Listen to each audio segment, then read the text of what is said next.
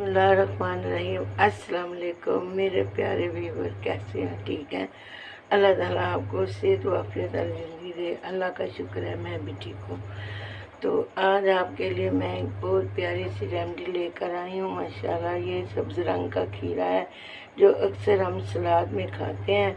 तो इसको खाने के पेट के तमाम मसाइल को ये हल करता है। इसमें पेट में दर्द हो, पेट में उफार हो, कब्ज़ हुई हो या और कोई पेट का मसला हो तो इससे ये आराम आ जाता है। इसको आपने इस तरह काट लेना और ये एक चुटकी मैंने काली मिर्च की ली है।